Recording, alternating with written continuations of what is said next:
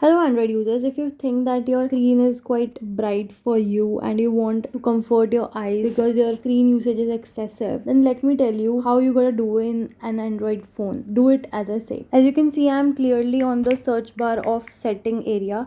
So open your settings of your phone and tap on the search bar, or just directly go to the display option by sliding it down, and you have to tap on eye comfort shield, that is right in front of you. Or in the search bar you can mention eye comfort shield, or if you will write eye, it will come up, right? So you have to on the option of eye comfort shield. Right there is a button, right, and I have just tapped on it. If you will go from display also, you will reach here only, right? So as I've tapped on it, you can see I can on it, and I can also select the color temperature clearly, right? As per your comfort you can do it, and the benefits of it would be that it reduces the eye strain, improves your sleep quality, and enhances visual comfort basically. And it is customizable settings and also protects your eyes during extended screen time. So that's how we on this feature. See you in the next video. Tada.